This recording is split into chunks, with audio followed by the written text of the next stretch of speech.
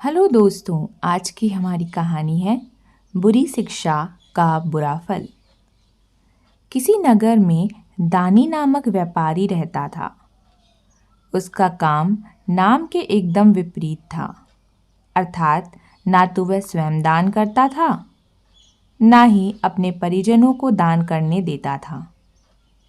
जब भी कोई साधु उसकी दहलीज पर खड़ा हो भीख मांगता तो वह कह देता, आगे बढ़ो, और वह इतना सा वाक्य कह टाल देता था।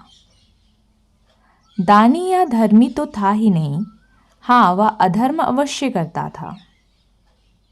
उसके किराने की दुकान थी।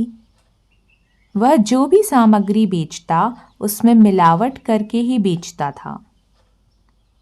मिलावट का कार्य एक अकेला करे ऐसी बात नहीं थी, अपितु वह अपने परिवार वालों को भी मिलावट करके सामग्री बेचने के लिए प्रोत्साहित करता। लोग अशुद्ध सामग्री खरीद कर ले जाते और अक्सर बीमार रहते थे। दानी के पुत्र का नाम धनेश था। वह अक्सर पूछ बैठता, पिताजी, आप मिलावट क्यों करते हैं?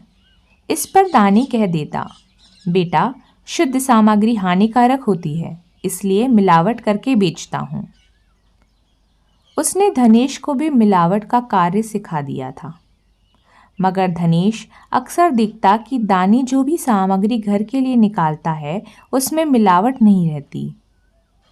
धनेश सोचता कि इससे तो हम बीमार पड़ जाएंगे। वह मिलावट कर देता था।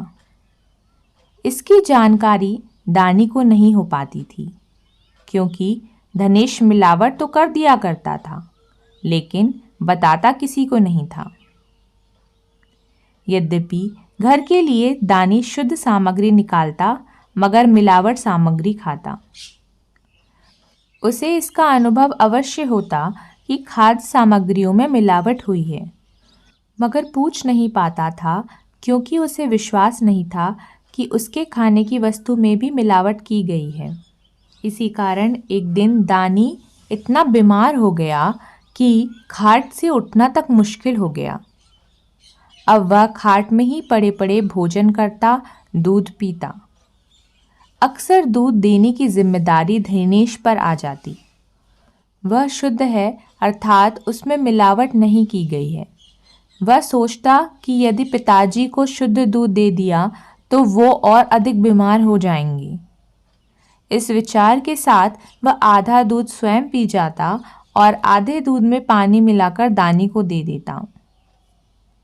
दानी दूध पीता तो अनुभव अवश्य होता कि इसमें पानी अधिक मात्रा में मिला है, मगर तत्काल इससे सहमत भी हो जाता, क्योंकि दूध घर का होता था।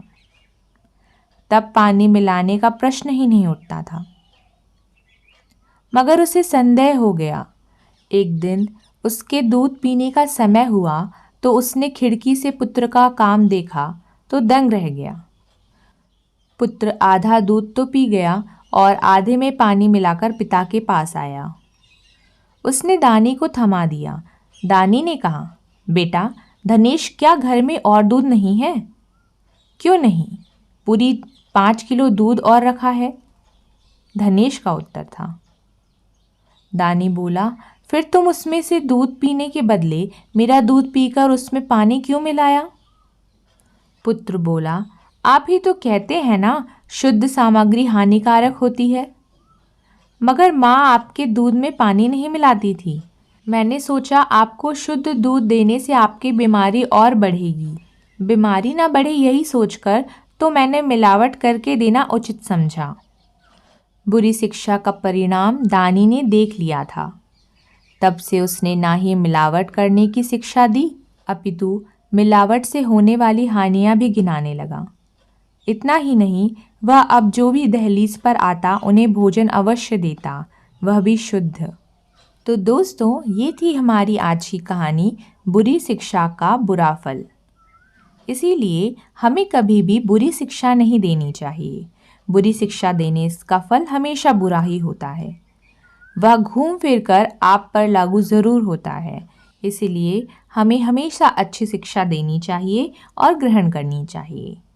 अगर ये कहानी आपको पसंद आई हो तो हमारे चैनल को लाइक, शेयर एंड सब्सक्राइब करिए और कमेंट करके बताइए कि आप और कौन सी कहानियाँ सुनना चाहते हैं।